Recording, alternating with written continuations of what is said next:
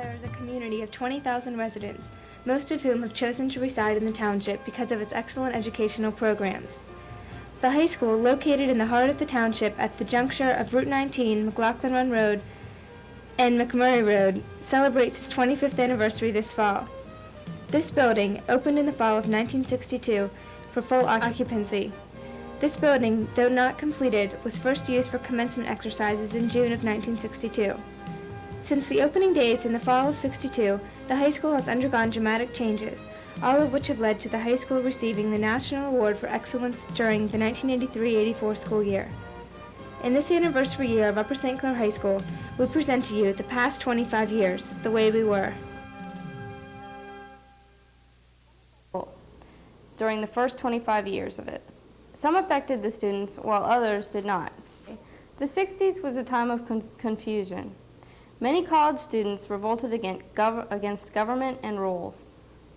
Upper St. Clair students had their own rebellions. College students formed a group called Student Democratic Society, or SDS. This group would form sit-ins at high schools or any other neighboring places in order to get people to listen to them. They would also go into high schools and screaming and yelling, getting the students out of classes and ending school for the day. They did that at nearby Baldwin High School back then. The faculty of the high school, in order to combat that, formed SAC groups, Strong Arms and Cool Heads. Each of the teachers were given a code number, the same number that would be read out on the loudspeakers in case some of the SDS came out. When the teachers would hear these numbers, this code number, they would know not to let the students out of class. The Upper St. Clair students did want to hold a sit-in in order to get some of their basic rights and have the principals and teachers listen to them. The sit-in never happened, but they did take time out of the school day in order to have rap sessions to discuss events. That's what brought on the smoking lounge. Many important figures in the 60s affected the students as well as the teachers. The death of John F. Kennedy affected the students most because he was an important figure to them. Richard M. Nixon, the president, also affected students, but not in a positive way. When the Watergate scandal came out in 1972, most people in the country decided that they did not trust him anymore. While the 60s and the 70s were rebellious times, the 70s brought in more rebellion. The population at Upper St. Clair High School increased to its all-time high. There was talk of adding a third floor to the high school and then keep building as much as they needed to, but they decided not to do that because they found out through studies that the high school would not increase anymore. They did build the new gym in 1975. There was also in the 70s different curriculum that was brought in, such as classes as foods, typing, psychology. The Vietnam War also affected students as well as the whole nation. Students protested against it, while some of the students at Upper St. Clair went to join in and help. There was no formal protests against the war, although many protests, such as Kent State, were against the Vietnam War. The 70s changed the views of men and women, but the 80s brought in a new awareness for technology and insight. Students now were not rebelling against their teachers and everything, but they were working with them in order to combat nuclear arms, nuclear weapons, and arms control.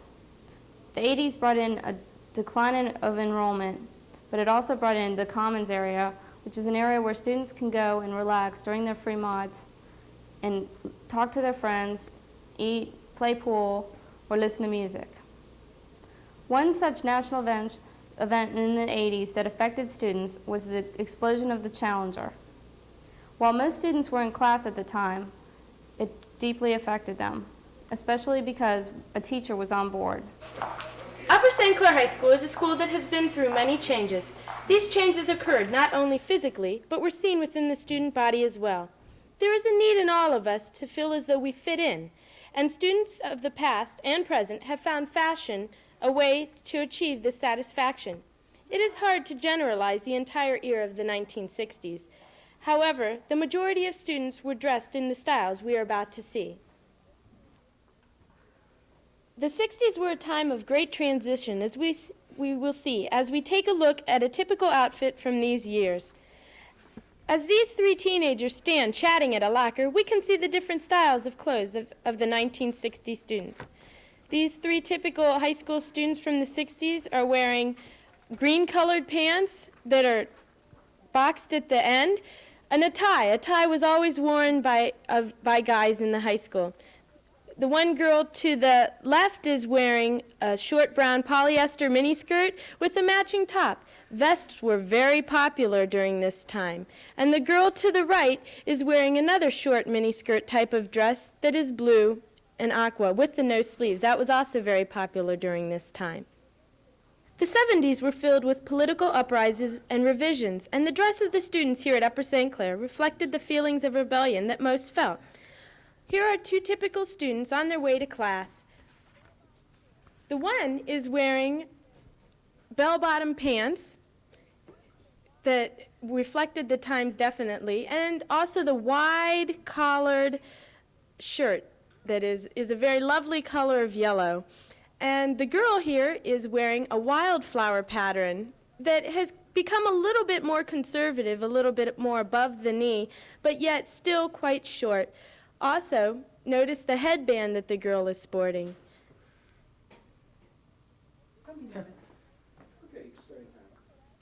And here we are in the 1980s. Look at us now. Here we have Jim Cavalier, Cheese, sporting a very nice pair of shorts with his OP t-shirt. Dave Birkenstock in a casual pair of Levi jeans and his class of 1987 t-shirt. We have Jen Haberlin, wearing her New York t-shirt and black shorts. And notice the geeker sneakers that are very popular nowadays, as they were in the 60s. Here we have Yolanda Jackson wearing a miniskirt, also very popular in the 1960s. And here we have Jenny Lynch wearing a tank top and khaki pants, also with the geeker sneakers. Thank you very much for joining us in our Upper St. Clair fashion show of the 60s, 70s, and 80s. Cheerleading, singing, acting, making speeches. What do these things have in common, you ask? They are 4 various activities students may participate in at Upper St. Clair High School. Participating in activities is a key to a happy, successful high school career. Activities provide a means for making new friends, allow one to be experience and interest, and result in self-fulfillment and achievement. Throughout the years, USC High School has experienced various activities. Some activities have disappeared, whereas others have grown and made Upper St. Clair a great place to be. The Science Club, the Future Nurses of America, the Ski Club, Student Government, the Clairvoyant. These are just a few of the activities and clubs that existed in the 60s and early 70s. In 1963, Student Government sponsored student exchanges. It consisted of an advisory council and a Ways and Means Committee. By 1966, the advisory council became the principal advisory council. The function of the student government was to fulfill the needs of the USC high school students. Hi, I'm Holly Olson, and I'm interviewing Mr. D'Alessandro, a student activities advisor at Upper St. Clair High School. Mr. D'Alessandro, how long have you been the activities advisor at Upper St. Clair High School? Well, I've been at the high school for 19 years. 16 of those years I've been senior sponsor, and 7 of those years I've been activities director. And what are the various activities you work with? Well, any of the activities or clubs and organizations within the school go through student council, and I head student council, so it's basically any club or organization. Okay. And what does student council do? Well, student council authorizes any club or organization to meet and be able to raise money and call itself a club or an organization within the school. They also coordinate Community Day, and they have a number of functions throughout the year. Have there been any major changes in the format of student council since you've been the advisor? Well, when I first started, we had a president, vice president, 3 executive officers, officers for each grade level, and 15 senators. We have since changed that to 12 senators. We have also lowered the grade point average to involve more kids. It was 2.5, and now it's 2.0 for senators and 2.3 for officers. Have there been any major problems or controversies about an activity? There really hasn't. We've had probably the biggest problem we had was putting our commons together, and that was sponsored by the student council. It's a concept that's working well now, but when we first started it was hard getting started with it. We had a hard time getting kids to be involved in it and to take ownership in the commons, but now it's working very well. As far as student council is concerned, it always works well. It's just I'd like to see them get involved with more and more things, and sometimes they do it and other times they don't. Okay. Do you feel that the student involvement in activities is high? I believe so. I think an indication of that would be, excuse me, an indication of that would be the number of students who tried to run for office this last year. Our ballots are getting bigger and bigger and bigger, and I swear next year we're going to need 2 pages for one class. And if that's not an indication of involvement, I just don't know what is. Okay. What is your relationship with the students at Upper St. Clair High School? It's basically a teacher-student relationship. I try very hard to work on relationships. I think in any kind of relationship, whether it's 2 adults or 2 kids or a kid and a teacher, you have to work at a relationship. And I think it's important that I have a working relationship with the kids that I work with, and a good one. And the reason for that is if they buck me on everything, then nobody gets anything done. We end up fighting instead of working together. So I try to bend when I need to bend, and I try to be stern when I need to be stern. And I think it's been very successful in the past based on past performances and what we've done. Do you feel your relationship is important? It's probably the most important thing that I do. And you might say, well, you know, that's kind of stupid to say, but it's really not.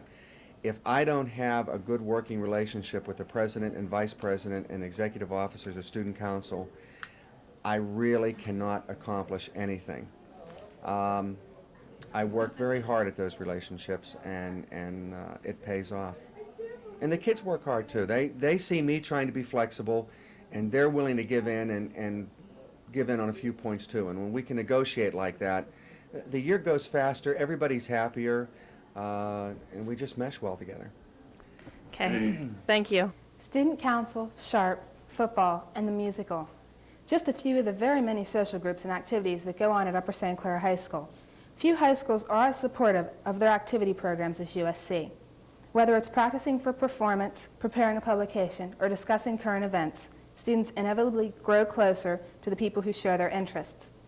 Through these activities, they form valuable friendships with students who they might otherwise never have met. Activities also establish association with sponsors, which grow beyond the traditional teacher-student relationships.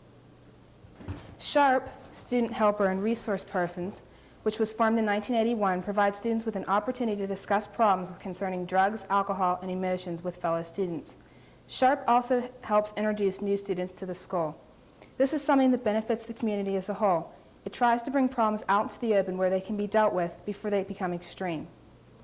Quill and Scroll is an organization for journalists. It is an honor society that recognizes students who possess journalistic talents and who have helped to create the yearbook, The Clairvoyant, our newspaper, The St. Clarion, and our literary magazine, The Montage. The National Honor Society's main purpose is to recognize students with outstanding credentials in the areas of scholarship, leadership, service, and character.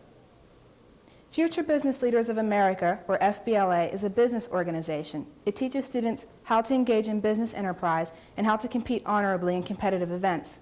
This organization is especially good for those students intending to pursue a career in business. Thespians is a theater honor society and plays a major part in fall plays and the musical, which everyone enjoys so much. Upper St. Clair's musicals have had quite a success rate. The first one, Bye Bye Birdie, was a lively, upbeat musical, and it was only the beginning of quality productions at USC. Each year, the students and faculty members dedicate themselves to working long, hard hours in order to put on an entertaining show. Fortunately, these school-funded musicals are a huge success in the community. In 1973, Hello Dolly, the first major musical production, played to a standing room only crowd for 3 nights. At this time, this was a major accomplishment. Today, the spring musical runs for 8 days with a successful attendance rate. With the beginning of USC's musicals, improvements were made in the auditorium. A lighting booth was added to create special effects. Also, a communication system was set up between the stage and the lighting and sound booth. This allowed for a more professional production. In addition, a couple of the front rows of seating were taken out in order to accommodate the band or orchestra. These are pictures. Many famous musicals such as South Pacific in 1974, Fiddler on the Roof in '76, and West Side Story in '78 have been produced on USC's stage. Under the bright auditorium lights, stars have been born. As you will learn later in the interview, many of USC's actors and actresses have gone on to receive national acclaim. We will now speak with Mr. Fox, who is the current musical director at USC. Mr. Fox, how long have you been the musical director? For about 4 years.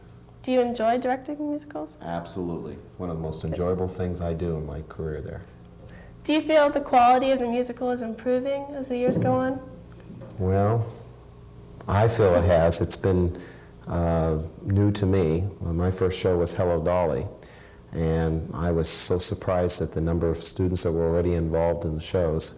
And each year I'm a little better organized, and we have more and more adult participation and seem to have larger and larger casts. And then we've put it together, and our last show was Fiddler on the Roof, and I think that was probably one of the best shows I've ever done.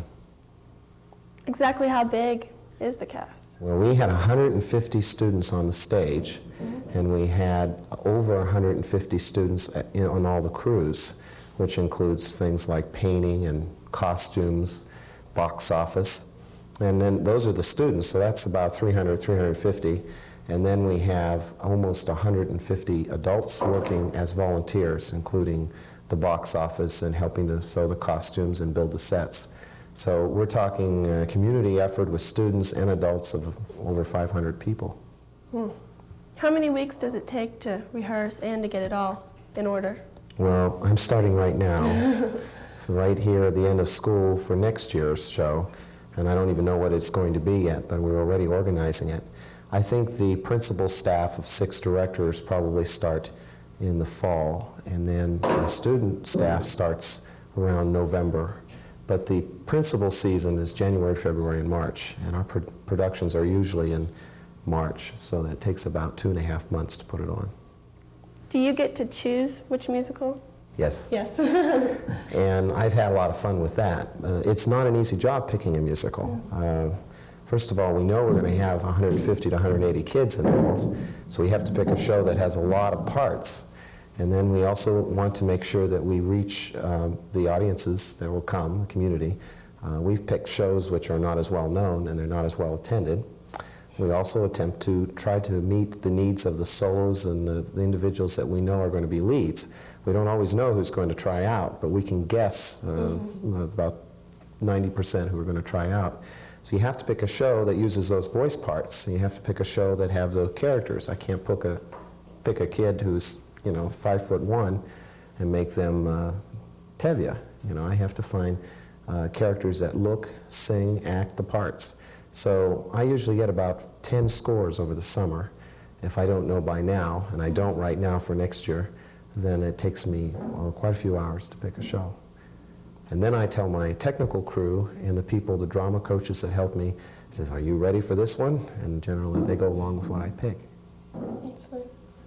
Are the musicals school funded or privately? At this point, the musicals, 90% are raised by money made from the tickets, which is good. I have to say the community at Upper St. Clair, we sold out 3 performances of Fiddler on the Roof this year. That money, all of that goes to pay for things like our soundboard. It paid for the scrim that we used in both this show and past shows. And so the financial backers is really the community of Upper St. Clair. Now, we are getting a little bit of money here and there from the school district, and obviously when they want to repair a major thing or get a new light board, the school district picks up that. But the students and their parents and the community principally pay for the show. That's a surprise, too. Most people don't know that. I mean, just for the rights to do Fiddler on the Roof, it cost us $3,000. Just to be allowed to do Fiddler on the Roof. That didn't count for any sets or costumes or music. Just to rent the script. Right. What about the chorus musicals? What exactly is that, and when did that begin? Well, I started my first choral musical 6 years ago. I did Scrooge, and it came back this year. We did Scrooge again. That is sort of instead of a holiday musical or holiday choral concert, we decided that we'd try to get more kids involved, especially the boys. And in a way, it's partially recruitment, and in a way, it's just because the kids have so much fun doing theater productions. So a choral musical is a production that comes from all the different choral ensembles, Pantheon Choir, Clarion Choir, Girls Chorus. We did Scrooge 6 years ago, and 2 years later we did one of my favorite shows, Joseph and the Amazing Technicolor Dreamcoat. And everybody's in it. Everybody no one has to try out except for the leads, and we put them all in the pit, and they have to sit down and they sing a lot of the choral numbers, and then a few special parts come up on stage, and we use costumes and everything else. Now that is a class activity, so we have everybody rehearsing during the day, and we only use the leads and the orchestra after school in the evenings until we put it all together. That's usually done in December. Do they seem to be as successful as the spring musical? Yes. Pretty much. Again, we're talking 200, 225 kids involved because we have a lot of kids involved in the choral groups. Do you see any changes which will be made in either the spring or the choral musicals in the next couple of years? Well, we worked really hard this year, and some of our stage crew people, I think, were pretty burned out at the end of this year because they did a fall play, they did Scrooge. It was a non-stop theater experience. And so I think next year we plan every other year just to worry about a December choral concert. But we're thinking of doing selections from the Messiah. So this won't involve as much work, or won't involve any work from the stage crews. So that will help. They have a little bit of time to rest up for the big spring musical. We're not planning on any major changes for the spring musical. We'll get as many kids involved as we can, and we'll do concerts this next year. Do you happen to know of any of USC's actors or actresses that have gone on to pursue a career in the arts? Oh, you're asking the wrong person. Tom Harshman could tell you. I'm sure there are 3 or 4 who have gone on, and right now I couldn't tell you. But we have had a lot of students who have gained the self-confidence by getting up in front of 1,000 people, and they really feel good about themselves. They go into communications, perhaps. They may even minor in drama or music, and then they make the decision in school. And I know many of the leads of shows have gone to such universities like Penn State and so forth, are now leads in shows in their universities or their Scotch and Soda student-run productions. But we have had a lot of kids go on in that regards, and some radio, television sort of things. Okay, thank you very much. Thank you. In talking with Mr. Bartlett, Mr. Stokovi, and Mr. Carr, I have obtained a better picture of some of the things that have come and gone here at USC. Some of the more important things that seem to have left with the years is pride in the school. In the early 70s, there seemed to be much more concern for society and less concern for self. Likewise, pride in the school and school spirit seemed to have decreased also. In 1975, there were 78 people in the PEP Club. Compare this with an average membership of 15 in the 1980s, and you can see for yourself how much PEP has declined. The Ecology Club lasted until the early 80s. It met once a month to collect letter, bottles, cans, and newspapers to be recycled. Money that was earned was given to the National Wildlife Foundation, WQED, and other small charities concerned with ecology. The Astronomy Club, which lasted about as long as the Ecology Club, was for students interested in the stars and other things that make up the universe. The Leaders Club was an organization which seemed to always have at least 20 members or more. Members were to assist gym teachers by acting as referees in sports, demonstrating various exercises, and helping students with individual problems. In 1983, USC had a very unique musical group called Combo and a unique talent group called Trashe. Combo's purpose was to display musical talents of its members while maintaining a relaxed atmosphere. Trashier's purpose was to raise money for Children's Hospital and provide an opportunity for USC students to demonstrate their talents. USC has had many activities groups in the past, has many now at the present, and probably will have many more in the future. As interest and concerns of the high school student change, so will the groups. I have touched on only a few of the many groups that have come and gone, or have come and stayed. I hope you have enjoyed hearing about some of the groups at the high school and will continue to help support them. Welcome to Sports Trivia. There are 3 contestants and graduates of USC High School who will be playing today. We have a series of sports questions we will be asking. There's a bell to the right, and the first person to ring the bell will answer the question. Now let's learn a little bit about our contestants. Marianne? My name is Marianne Stapik, and I'll be graduating this year, and I was captain of the basketball team, the track team, and I played volleyball. Mrs. Thompson? I graduated from Upper St. Clair in '61 and came back to teach in '65 and was assistant swim coach from 1971 to '74. Mr. Conaway? I was also a graduate in the class of 1961, and I was co-captain of the football team and captain of the track team. Thank you. Okay, we'll start with the first question. Name the 1970s graduate of USC High School who once played for the Pittsburgh Steelers. Mr. Conaway? That was Craig Dunaway, and it might be of interest to know that before him there were 2 other graduates who also played professional football. Jack Maitland, I think in the 60s, played for the Baltimore Colts, and Jeff Delaney, who played at Pitt, then later played for the Los Angeles Rams. Thank you. There were also some students who played pro golf. They were Kirk Beck, Missy Bertiotti, and Nancy Tenlich. Who are and always have been the biggest rivals at USC High School? Marianne? Mount Lebanon and Bethel Park. That's right, Mount Lebanon and Bethel Park. USC has had many rivals over the years. However, Mount Lebanon and Bethel Park have always been the oldest and the strongest. There used to be a gymnastics team at Upper St. Clair High School. It was ended for many reasons. Name 2 of those reasons. Marianne? No coach and safety precautions. Right, no coach and safety precautions. In 1957, when the high school was first started, the first sport was also started. What was that sport? Mr. Conaway? The first varsity sport was football, although there had been a basketball team also before the high school actually started. Okay, but since football has started, it has always been the most popular spectator sport. The original colors of Upper St. Clair High School used to be black and white. There's a 3rd color now. What is that color? When was it added? And what uniforms was it first added? That was in 1974, and they added red, and I think it was the baseball team. That's right. And Mr. Shalhida was the one who added that color originally.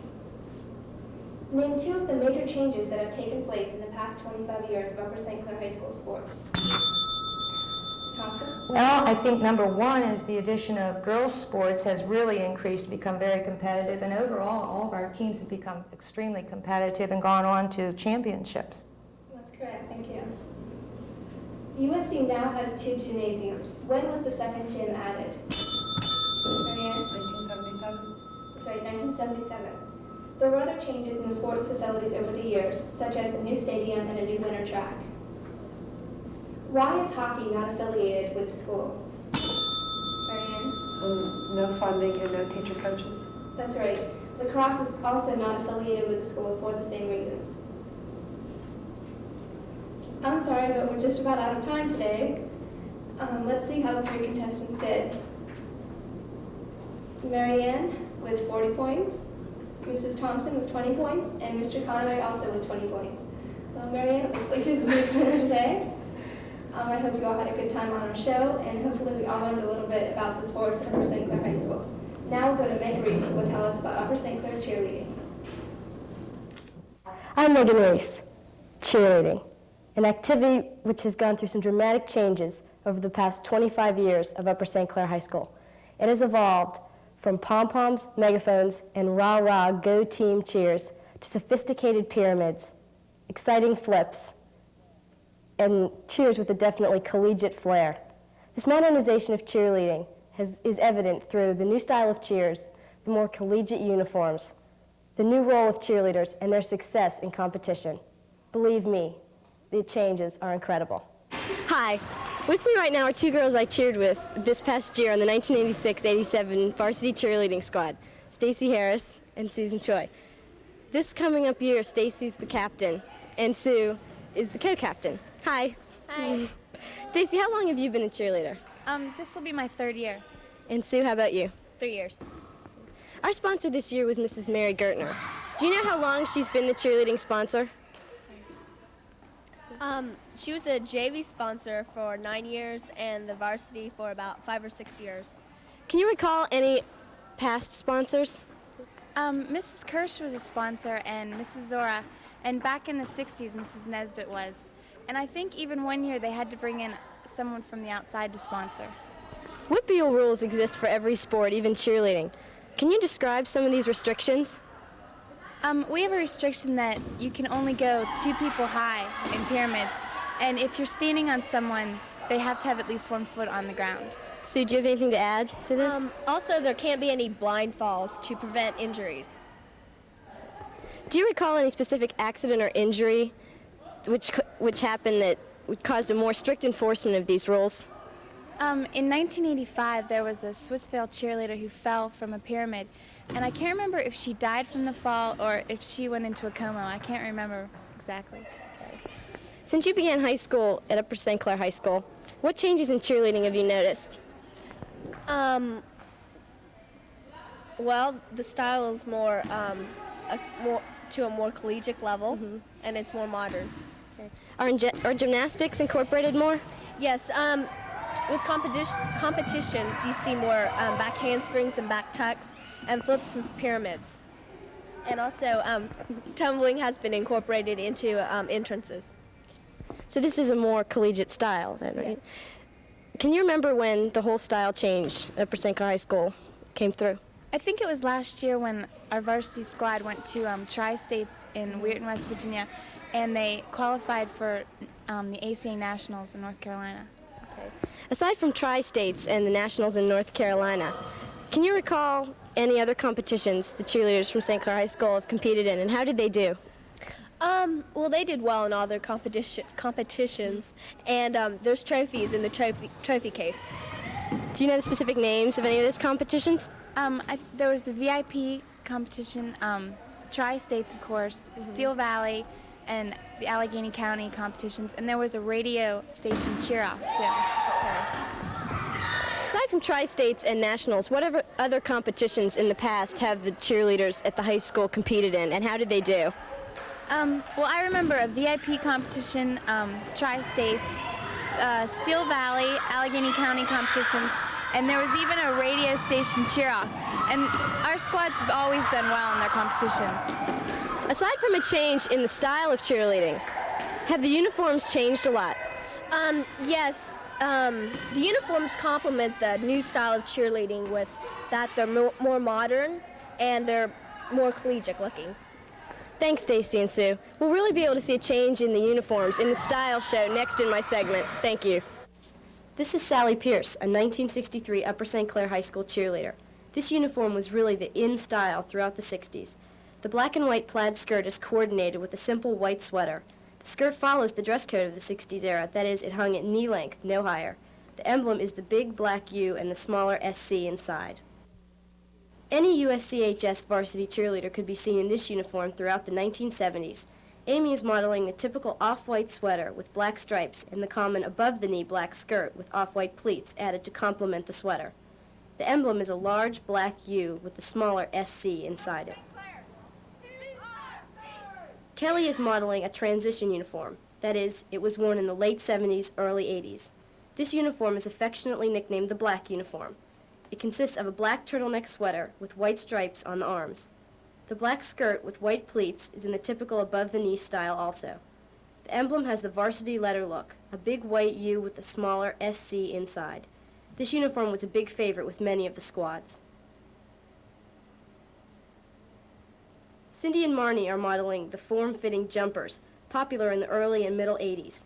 The uniform is simple, with a bright white stripe down the center, enhanced by bold black panels on either side. When it comes to the length of the skirt, this uniform wins for being the highest above the knee.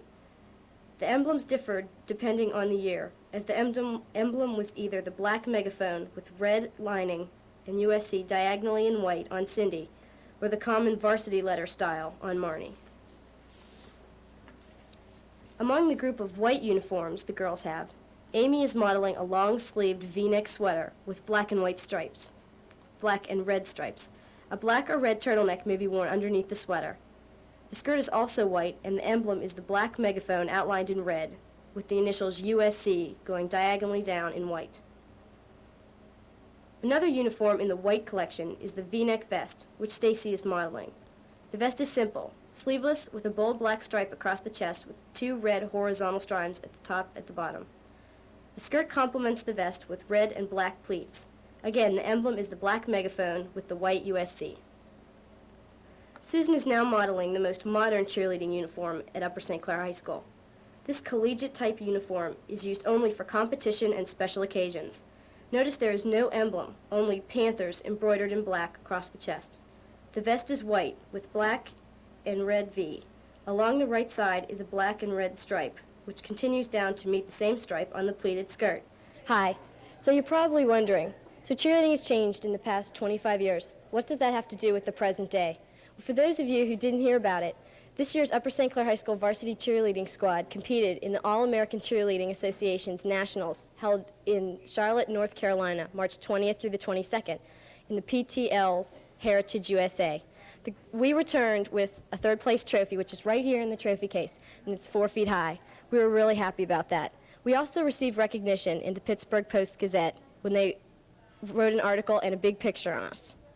Also, I have a tape from the actual competition, if you didn't get to see us in school.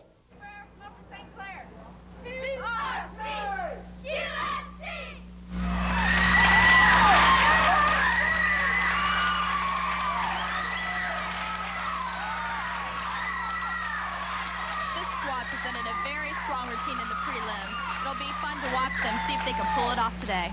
Yes, they were very clean, and their transitions were also very clean.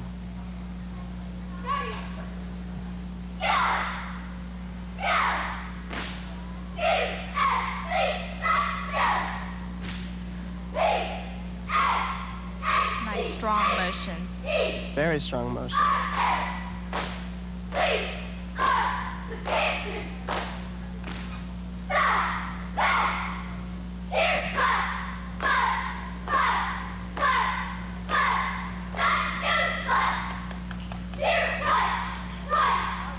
Stable press in the back. Nice front flip to cradle.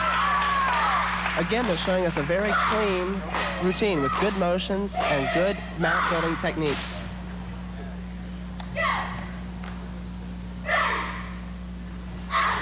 Nice jumps.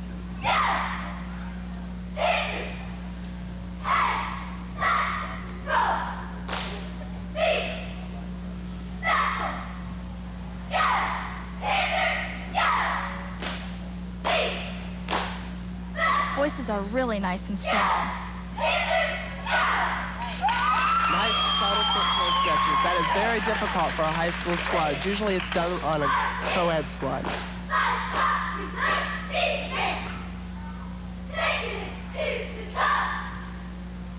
The building on the shoulder stands probably should have been together.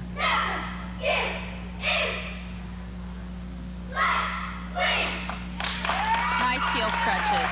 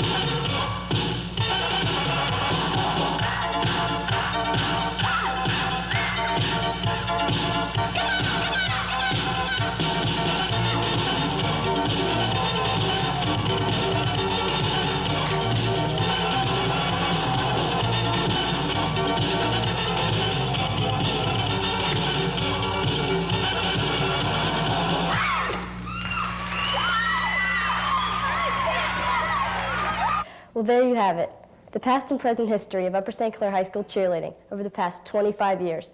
Every era has improved the look of the uniforms and updated the style of the cheers and the jumps. Fortunately today, more people are viewing cheerleading as a seriously competitive sport, and not just another activity. Who knows what the future has in store for cheerleading at Upper St. Clair High School, but you can be sure that whatever changes occur, these dedicated cheerleaders will be willing and will always be striving to modernize and reach new heights. Behind me stands one of the leading high schools in academic excellence, Upper St. Clair High School. Besides being one of the most academically competitive high schools in the nation, it also provides well over 50 activities, which can help the students become well-rounded individuals. These activities range from football to National Honor Society, just to give you some examples. One activity in which over 230 students belong to is the Upper St. Clair Marching Band. Every 2 weeks, the band practices 2 weeks before school starts on these fields directly in front of the high school. The band usually practices 8 hours a day, while its auxiliary group members practice inside or on various school grounds. By auxiliary group, I mean Pantherettes, Majorettes, and Color Guard. These groups all provide many activities for the band. They all make up the band and make it very colorful during the football season. Every year, the Upper St. Clair Band also participates in many band festivals. By band festivals, I mean it's an event where surrounding high schools get together and compare songs and routines. Good morning. We're here now with Mr. Jim Bennett, the director of the band since 1971. I'd like to ask you right now, currently, in this school year, how does the ratio of the band members compare with the entire student body? Well, in the student body, there are approximately 1,500 people. And for the past 5 or 6 or 7 years, we've run just about 10%.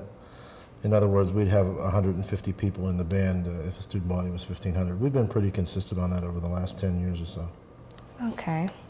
And what about the school colors, adding the red to the black and white to the traditional? Well, I can't remember when we started to do this.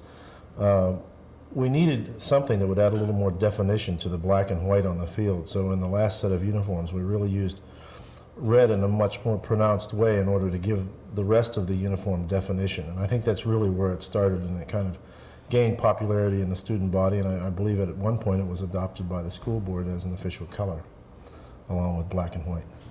Okay, so it adds more color on the field. Yes. All right. And any plans or new ideas for the future, or about the department or the band itself? Well, one of the things that we're constantly doing is revamping our thinking on the groups that we have, the jazz ensembles, the concert bands, the orchestra, and the Majorettes, Pantherettes, Color Guard.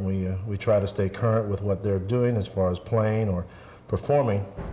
One of the things that we're adding, hopefully next year, to the curriculum in the second semester is a theory program, a music theory program for those students who are going to go on into music, and it'll be self-taught by computer and MIDI keyboard.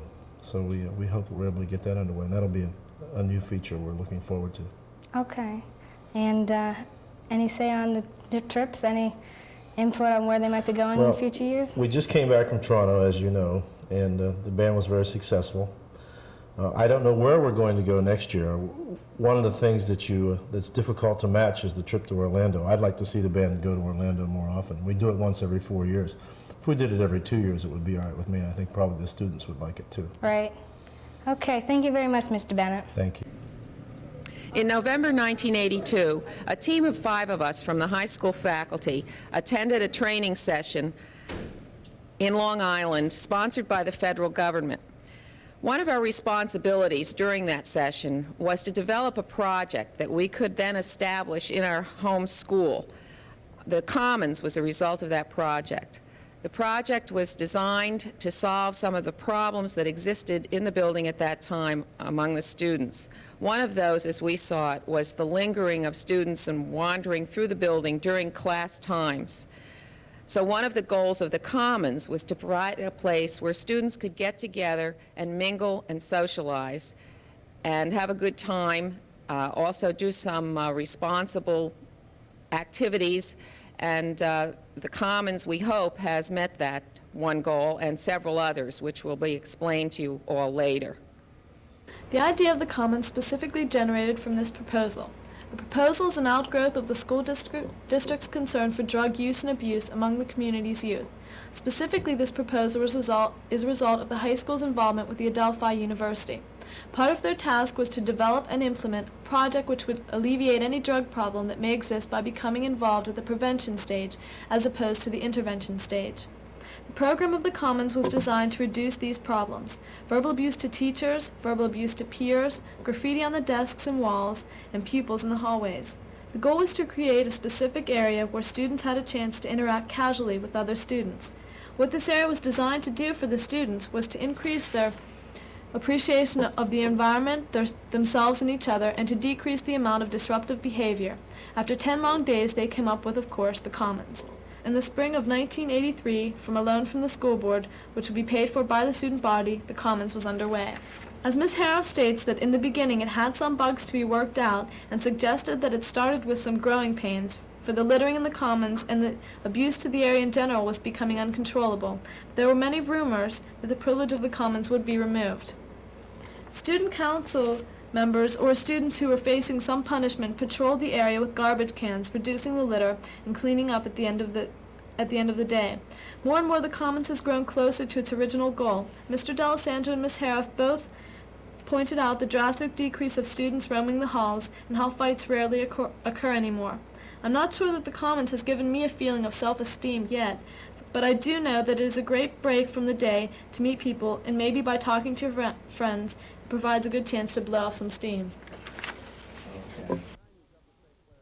Good morning. Behind me is Upper St. Clair High School Smoking Lounge. The smoking lounge was developed sometime in the 70s, and the reason it was developed is because of the vandalism in the bathrooms, the boys and girls rooms.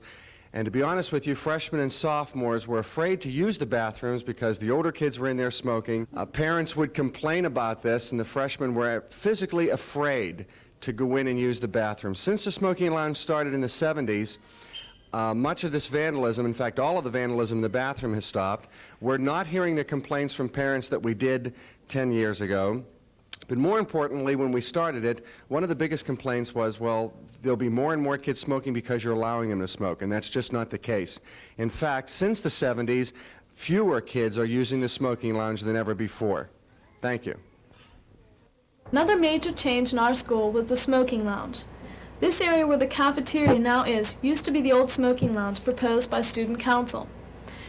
The new smoking lounge was proposed because the administrators began to recognize the habits of teenagers that they themselves have and give them a place where they could go without causing any problem. The bathrooms were dirty, and finally the administrators realized that they couldn't stop kids from smoking, but they could control it.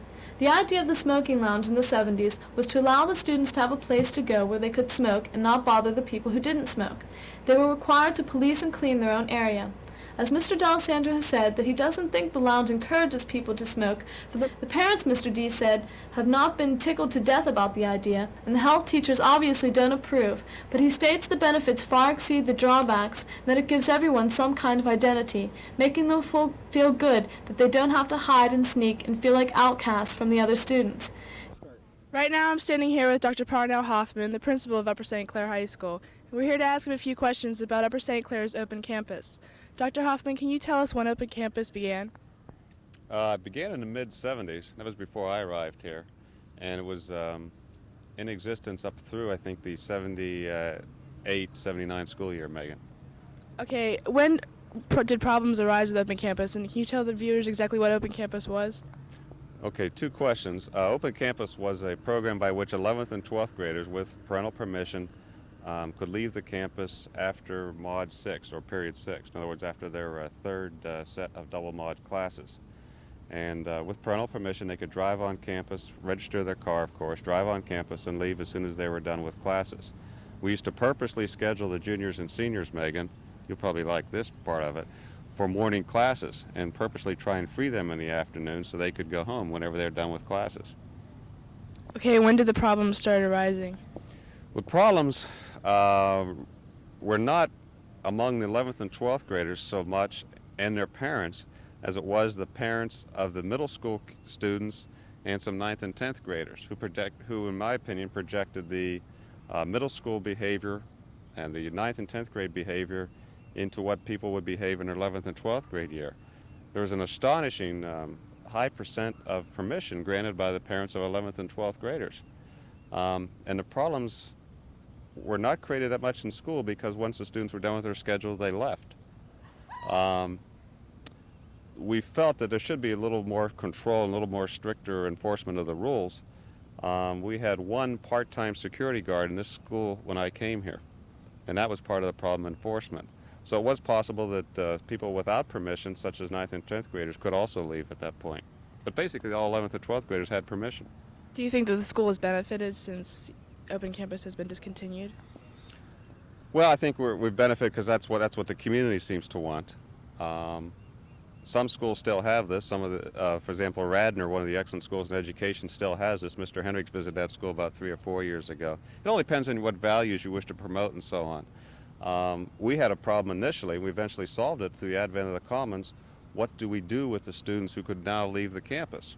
Remember, we also used to let you in the front circle. That was part of it. And when Dr. Christianic came, we kind of discussed it with him, and we wanted to improve the perception of the high school, so we wouldn't let the students in the front circle. Well, then where are all these students going to go, since we don't have study halls and so on? And so that the Commons has kind of solved that problem. So it really depends on your value system and so on. I think it probably is better for the 9th and 10th graders so they don't have those temptations. The parents do seem to like very, very strict parking and driving regulations. Students don't, but parents do. And they're much happier and feel better, much better about the school and feel they're more in control with those strict regulations. Do you think there's any chance of Open Campus coming back? Oh, I'd never say never. That's the way I am. You know, things are never absolute. Pendulums swing back and forth. But I don't see any sympathy for that in the future at all. Okay, thank you very much. This is the area at the high school where the students and as teachers as well used to park during Open Campus. Now it is here only for teachers and for students who have special permission, who work, or have other obligations after school. Teachers have touched the lives of every person in the high school. Although all teachers' names conjure memories, those who have died have a special place in the hearts of the people who knew them. The most recent teacher to die was Mr. Joseph Argiro. Mr. Argiro began teaching in Upper St. Clair in 1953 as the school district's first science teacher. He stayed with the science department until his death in 1985. When he died, he was the freshman and senior advanced biology teacher and head of the science department. His commitment to excellence extended beyond education to all of the areas in which he participated. Golf was a hobby of Mr. Argiro's, and he was famous for organizing staff golf outings that involved all school employees. Mr. Argiro's interest in athletics extended well into student athletics. He could be seen Friday nights during the fall filming the football games for the benefit of the team. Mr. Argiro was also the first baseball coach in Upper St. Clair. Mr. Moskov was a counselor at Upper St. Clair from 1968 to 1978. He spent a lot of his time working on programs for students with low self-esteem. It was during a softball game with some of his students and another teacher's class that Mr. Moskov suffered a heart attack and passed away. After an illness, some administrators preferred to return to the classroom to keep themselves active in education. Mr. Clarence Brown was one such man. After his heart attack in the early 1970s, Mr. Brown left his position as principal to return to the math department. Mr. Brown was well respected by the students and faculty, according to Mr. Brantonis.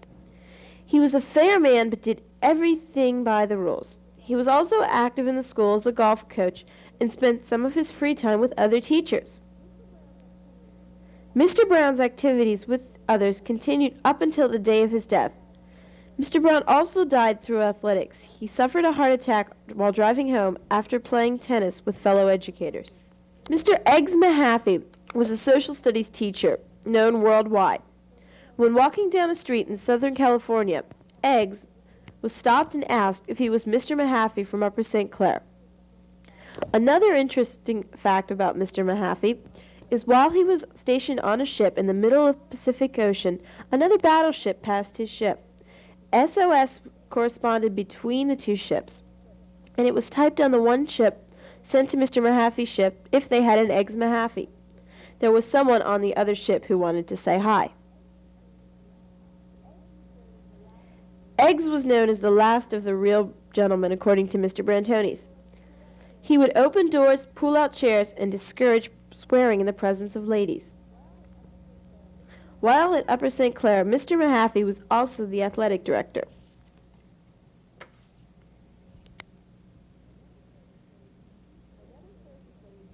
Another social studies and true humanitarian was Mr. John Small. Mr. Small taught his classes as any other teacher, but his efforts outside the classroom made him unique. He spent much of his free time doing missionary work. Mr. Small contracted the disease that finally ended his life on a missionary trip to the Far East. Even after illness forced Mr. Small to leave teaching, he continued helping Indians on reservations in New Mexico.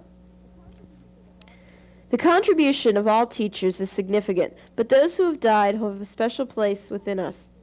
Whether we had the teachers or they just said hello, when they died, they left a void in our life. It was like a classroom after the 2:30 bell. Empty, but not forgotten.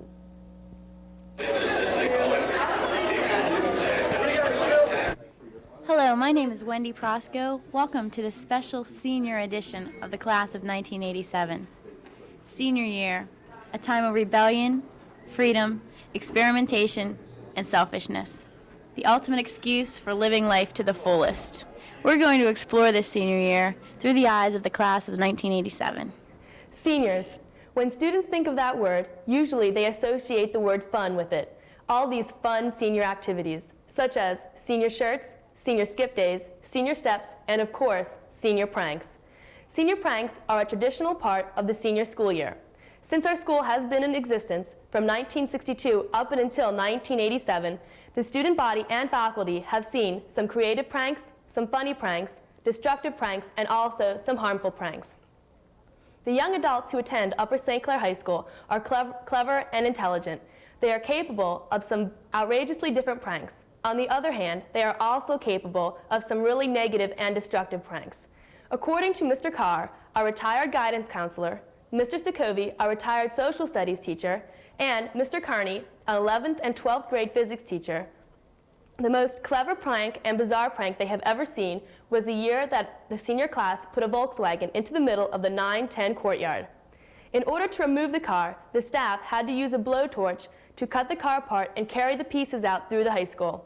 The students supposedly used a pulley system to lift the car over the building, and while I was talking to Mr. Carney, the subject came up and I asked him if he felt any responsibility for teaching the students about leverage, and he assured me that he was innocent of any such association. Arriving to the school one morning, teachers found they had to drive through a goalpost which was straddling the entrance to the front circle. On yet another day, classes were disrupted by loud rock music blaring from the PA system. The students had pulled out a locker and had wired their way into the PA system. It took school officials several hours to discover where the source of the music was coming from. Another clever prank that the senior class has pulled on the school is that one year they put a tire over the flagpole. Last year, 2 senior boys, to the faculty's dismay, pleased the students by filling all the upstairs locks with glue. It took the faculty over a half a day to get inside each of the upstairs rooms. When the pranksters were caught, they had to attend a superintendent's hearing, and they were fined and also threatened with expulsion. 2 senior classes have put sheep from Gilfillan's farm on the roof of the school. The first year a sheep appeared on the roof, the authorities were able to get it off without complications. Unfortunately for the second sheep, it died as it was lifted from the roof. Many students were appalled by these pranks, and needless to say, the Humane Society, student faculty, and Gilfillan's farm were less than pleased. Other destructive pranks include painting sheep from Gilfillan's farm, burying a beer keg filled with concrete in the front circle, and defacing the school. Another destructive prank that a class has pulled was the cutting down of an irreplaceable 30-year-old oak tree from the front circle.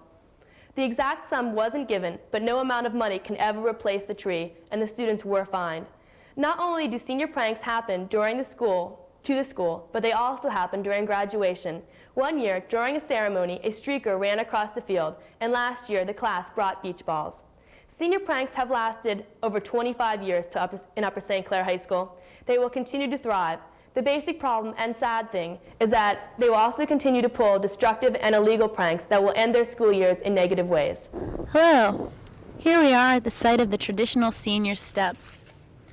Senior Steps began as a tradition in 1980, and this tradition has continued through the years. The class of 1987 has made this a little bit special and a little bit different, taking the traditional just one color steps with numbers on it and doing a little bit different.